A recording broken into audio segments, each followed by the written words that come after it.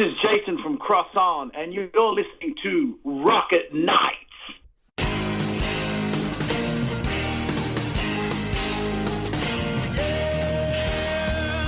Yeah, are you ready? Tonight I'm gonna take you on a little trip. We're going down south by the mighty Mississippi. I'm gonna take you to a place where lights never dim. Bring your mother, your brother, and your best friend. I'm gonna show you where they dance out in the street. They'll tell you all about your body heat. I'm not gonna talk about it, just gonna do it. Get on down if you feel up good. Get on down. Hi, Jason. Welcome to Rock at Night. And we were just chatting a little while. I've been following you since about 2018 with your last album, Invincible. And I understand you have a new one. Oh, I'm sorry. Go ahead. I've been following you as well. Oh, you're stalking me as well. So yeah. You know, I really like your whole glam rock kind of 80s look, but as I understand, I mean, you've been around for some time and you've had different looks. Can you tell me about how you guys started or how you started? Oh, I've been doing this for a long time. It took many years to get the sound right, the look right, the lineup right. People coming and going, and then around about, I think it was around about 2012, I think it was. Sort of looking around it, because previously the music didn't fit the image and the image didn't fit the music, and I just had to find something. And I was having a look around at some old Japanese bands, and I like that. I like the color coordination, and Paul Stanley said they were black and silver. We went with black and red, and just the whole thing sort of fell into place eventually. And since then, we've been on that path after the sound and the look and the image, and hopefully we'll continue down that path for a long time. I absolutely love the sound and the look, and it's funny because I just came across a video recently of Doctor and the Medic, and I remember seeing them in the 80s, and I don't know, you kind of reminded me of that with the girls singing on the side. Were you into them at that time period, maybe? Doctor and the Medic, or I don't know if you're familiar with them. I'd never heard of them, but that sort of thing, I saw Motley Crue in the 90s, and I went, gee, I like the idea of the two girls. But, they had the two girls come out sporadically. I thought, that for me, that was like, okay, let's do that, and let's make that the focus. Because, hey, who wants to see me? But when you got two girls next to you, then yeah. Well, they sound great with the harmonies as well. I mean, they're not just dancing. The whole package is great, and your new album, it has a real full sound. The production of it, especially Everyone's a Star. You want to tell me about how you got the sound together? Well, it was just basically in the studio, just working with it, and then meeting leads, the great musicians that I use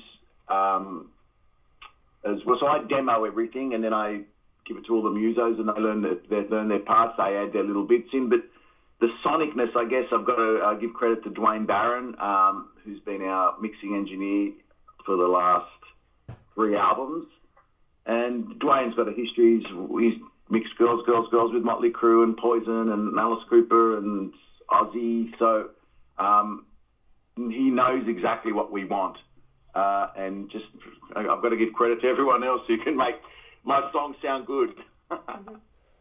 Well, Everyone's a Star has everything from sirens to strings to synthesizers. It has a real wall of sound there, and it's a total anthem. And I notice this album and your previous one, really upbeat, positive messages that you're putting out there.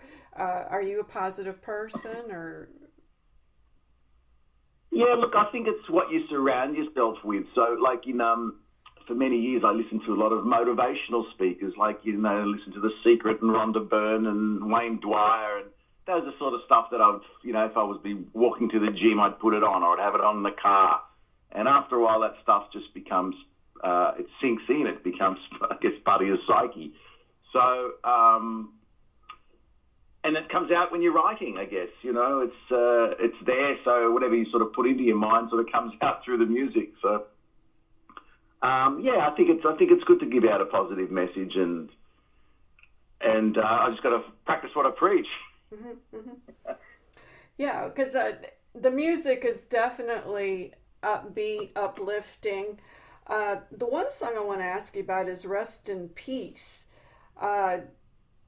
It's a ballad, definitely. I'd call it kind of a love song, but I was wondering, are you paying homage to somebody in particular? Because it's kind of sad. That's actually a tribute to my mum. Oh, okay. Yeah. It was actually written before. She actually only passed away a couple of weeks ago, but it was written beforehand. Because you know that day was coming. She was, in her 80s, and I thought it'd be nice for her to sort of see it and hear it before, And her response was, "Well, I'm not dead yet." I'm like, "Well, yeah, do you want to see it now?" Oh my goodness! And because you say in the song, you give me strength, you made me strong, and you talk about meeting you on the other side, and it really hit my heartstrings, and now I know the story behind it. Yeah, so I guess it's actually our next video that's coming out in a few weeks, and it's so much. We've made it a homage to everyone who's sort of lost someone close. We'll see you on the other side. Mm-hmm. The song "We All Need an Enemy," definitely political. When was that written? All the songs were sort of came out about it. I started writing maybe, a year and a half ago, 2 years to a year and a half ago. Look, yes, I watch a lot of Michael Moore. Me too.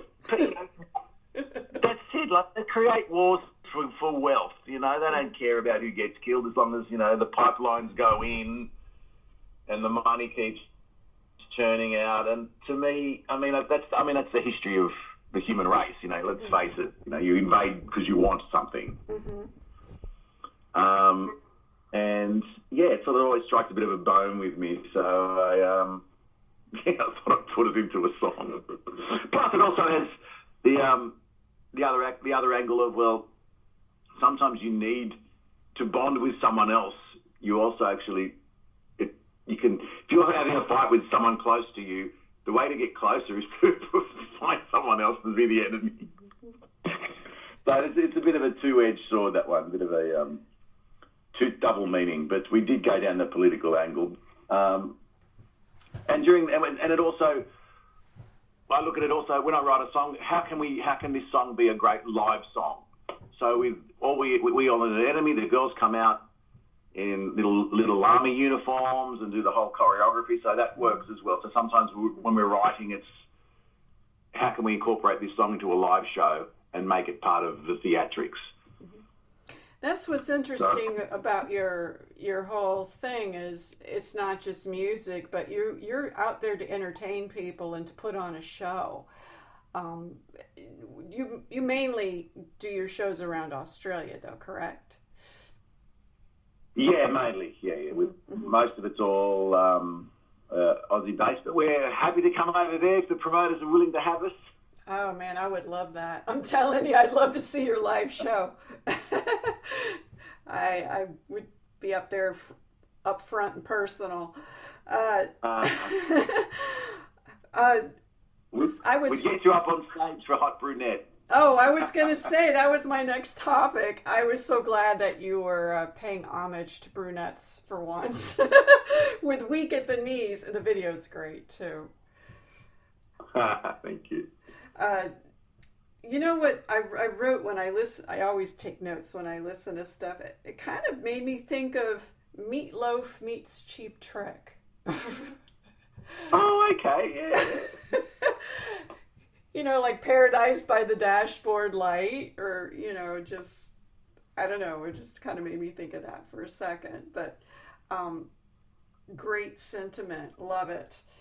And couple of the other songs, I know. Love Cheap, they're very underrated. I mean, they're in the Rock and Roll Hall of Fame, but I do love Cheap Trick. Yeah. Oh, yeah. And Big Loaf. So, yeah, as I said, the influences are there. That they don't intentionally come out to be that, but they're always there. Robin Zander actually lives here in Tampa Bay, and he performs. Oh. Yeah, he performs here a lot. He's kind of a local guy. One thing, let's see, another thing I noticed, Possessed. You sound really baritone in the beginning, but then later on you kind of sound like Rick Springfield. That's what I noted. Hey, I like him, Okay, I wanted to thought we'd go something a little different, a little darker, and then just bash out the chorus with obviously with the harmonies and all that sort of stuff. Yeah, probably it was written in a key I couldn't sing any higher, so I did it low. Who knows? That's it. I think even Brent noted that in his review about because they would do that a lot, even in the 80s, do the whole falsetto thing and go up and down. Merry-Go-Round, very groovin'. I really like that one. That was a great song, too. Overall, I have to say, every song on the album, there's no song that I really don't like. They all are winners. And when did you write this? Obviously, the last album came out in 2018. Did you just write it all at once, or? I was probably, see, what happens is by the time you finish writing the album, it then goes to, and you finish recording, it then goes to the States, then goes to Dwayne for mixing, and that could take 3 or 4 or 5 months. And then you get all the artwork done, you give it to the label, and then they don't release it for another 3 or 4 months later. So you've got all that period to start writing again. So it was probably, the writing probably started well before the last album came out. Mm-hmm. And then it was pretty much, we had a few other songs on it, but it didn't, like you said, we just had to be brutal and get rid of some, and because they just didn't cut it. Really wanted to, the pressure was on because it had to be better than Invincible. Mm-hmm. So anything that wasn't, a good song, I just tossed it, even if I'd spent 30 or 40 hours working on it. Mm-hmm. It would get to go into the bin and start again and get something better. So, we were lucky that the creativity flowed and the songs came out, and it's the whole concept. Just like to keep it simple and catchy, and hopefully people will enjoy it. When you write the songs initially, do you compose them on the piano or the guitar? Because I know you're multi-instrumental. It depends. A lot of the times I could be sitting on a piano. I'll come up with, I think with definitely You're the Reason was a piano song initially. And most of the time it's just, I'll be driving along or walking along and I just get this chorus in my head, and I'll record it and then come back and work on it.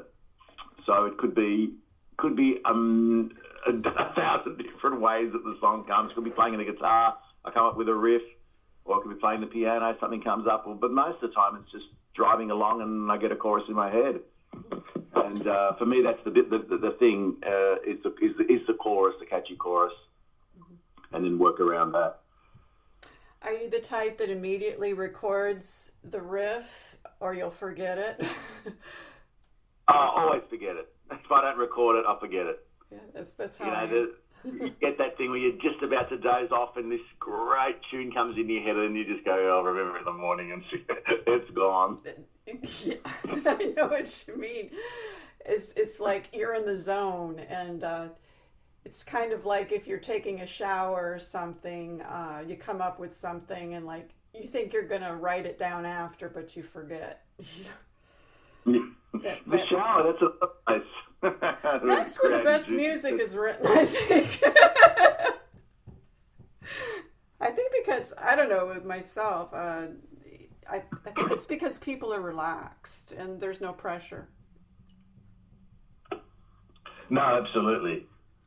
No, sometimes I can work a little bit under pressure because I knew that, especially with towards the end of finishing the album, you got 2 songs to go, and they have to be killers. I think if I've got a deadline, I'll work hard. If I don't have a deadline, that's always the hard bit to get the motivation happening. Well, speaking of motivation, during this whole isolation time, how have you been writing music, and how are you keeping busy? I've been putting some ideas together. I've probably been a bit lazy on the music side of things than I should be, but obviously the album's released. We're doing a lot of press with that. Plus, I have another business, so with this whole isolation, and I'm obviously focusing on keeping that afloat. And so we can finance the next album, because that's what finances it all. So a bit of both. I've been trying to balance it all. So you've been in isolation probably about a couple months now. Yes, it hasn't. I don't think it's as bad as it is over there. Mm-hmm. I mean, you can still leave the house. You can still go to work. Some. It's just a lot of they're encouraging people to stay at home, but obviously all the restaurants and cafes and clubs, they're all closed. Mm-hmm. So it's really sort of played a bit of an impact on the music industry and the arts, and obviously the restaurants and cafes are just being smashed because they can't open up. But some of them are being very creative. They're turning their cafe into a takeaway chicken place. So they're using a bit of an initiative, which is great to keep afloat. Mm-hmm. It's kind of weird this time period because a lot of musicians obviously can't play and photographers can't take pictures. But at the same time, I'm seeing a lot of live streaming and people are really on social media. So it seems now is the time to promote. Yeah, no, absolutely. There seems to be everyone's posting stuff and everyone is on social media. Yeah, because they're bored or whatever, and they're glued to Facebook or Instagram or whatever. How do you think the industry is going to come out of this? What are some of the changes that you think might happen? Out of this, I think everyone will be... I'm sure in the first few months, everyone will just be going out and seeing bands. Everyone's missing that feed of rock and roll. Mm-hmm. I'm wondering what about meet and greets? And that's what I'm wondering. Over here, a lot of the artists, most of the money is made from meet and greets and selling merchandise. But I don't know if they want to be hugging anybody right now. I think we'll be fist bumping for at least 12 months. That's what I'm wondering. Actually, here in my area, Brit Floyd is scheduled to play at the end of the month, and I'm wondering if they're even going to be able to come over here. It seems premature, but wow. Yeah. End of May. Wow. Yeah, and there's stuff scheduled in July. And I'm wondering if the patrons are going to wear masks inside or how it's going to be honest. I have no idea. I was listening to Eddie Trunk and he was saying something about, it depends who cancels. It all comes down to the insurance. So it depends if it's the venue cancels or if the promoter cancels or if the band cancels. I think a lot of them are just waiting to see who will cancel based on which way the insurance goes. Mm-hmm. Are some of the venues going under there, or do you think they will in your area? You're in Sydney, right? I'm in Sydney, yeah. Mm-hmm. I know they're being a bit creative and doing home delivery of alcohol, anything to sort of keep themselves afloat. Mm-hmm. I hope they stay afloat. I really do, because there's some great places, and Sydney's not exactly. It's not.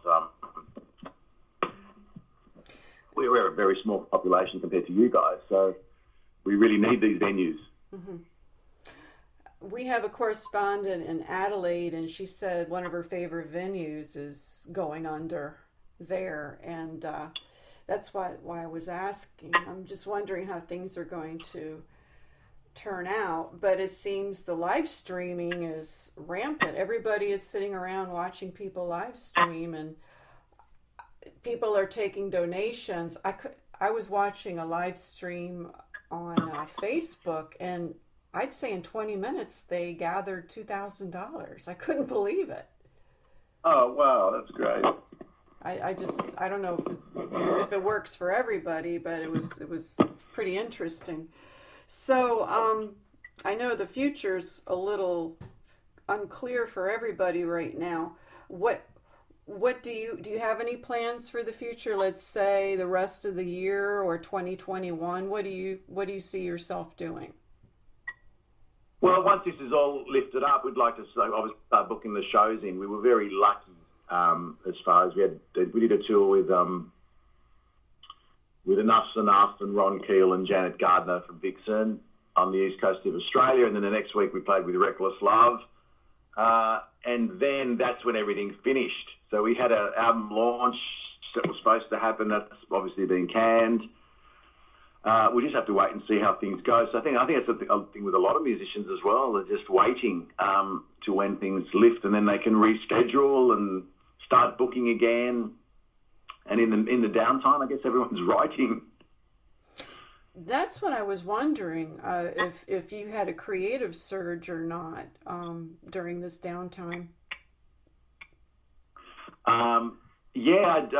Look, it's there. I just need to pull my finger out a bit more and just commit to it. I have been coming up with ideas. There's some songs, that we've been working on, but I think now it's the time to just really go for it.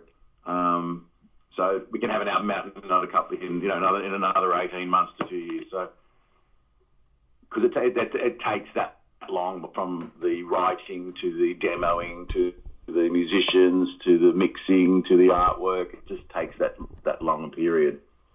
Speaking of the artwork, I love your artwork. The album cover looks great. Do you have a particular artist do all your album covers? Well, for this one, I had, after we decided on the title, I had the idea of what I wanted. So I was looking for is a website called Art Nation, and that's where all the artists who do video games and work for Disney, they've got their own personal profiles up there. And I found a guy called Adam Kuszek from Poland, and he agreed to do it for us, and I gave him the ideas, the guitar with the lightning bolts and the logo and the girls flying, and his first draft was exactly how I wanted it. So, he did a great job. It looks awesome. I was really happy with that. It looks beautiful. And one question too. Obviously, your music sounds 80s. Is that intentional, or is just what's coming out of you? Well, I guess it's what I grew up with. It's what my passion was. I can't write stuff that was like the 90s, which was all, written in diminished minors, and it was really downbeat. I didn't enjoy that. I like my music to be harmonic, catchy, melodic, and that's what the 80s was. So that's what comes out. If I wrote something that wasn't that, it wouldn't be me, and I probably wouldn't enjoy it. I want music that I enjoy, and I enjoy that sort of stuff. So that's what comes out. I totally get it. I know the 90s were dark and grungy and emo, and I know what you mean. 80s, it was a happy, bright time. The colors were bright. I love the style. The whole hairband thing is just, it's really close to my heart. That's what. Go ahead. So I was going to say, it was entertaining as well.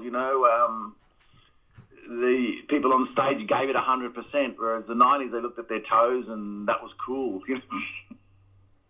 Yeah, they kind of just laid there. It's true. Out of curiosity, do you ever get into punk music at all, or do you even like it? Punk, I'd say probably the closest I'd come to that would probably be the first couple of Iron Maiden albums, but I never really got into that whole genre. I think I was a bit young. I sort of missed it all at the time. I think when that was happening, I was into Kiss and just discovering Kiss and coming out of ABBA. Mm-hmm. And you really like the whole costume thing, the whole persona, the theatrics. Oh, absolutely. I think you've got to... Paul Stanley once said that they put them together the band they wanted to see. So I took those words and went, right, what do I want to see? I want to see... Obviously, I want to hear songs, catchy melodic songs, but I want to be visually entertained as well. So I like a big glam image. I think beautiful girls on stage always helps. And the theatrics and the energy. So it took a number of years to get our image the way it is now. It's just trial and error. And eventually found it and ticked all the boxes and went, right, this is what we're going for.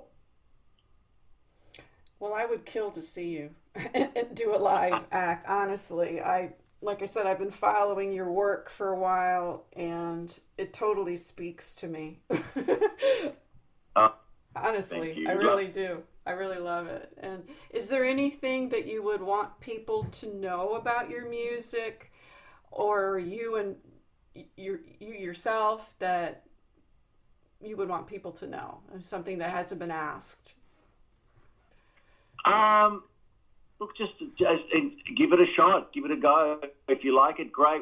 And if you don't like it, well, thanks for listening. And but yeah, just listen to it, because it's got a good vibe. It'll make you, it'll put a smile on your face. I think in these times, it's exactly what we need to do. And come and see a show if we're playing in your area.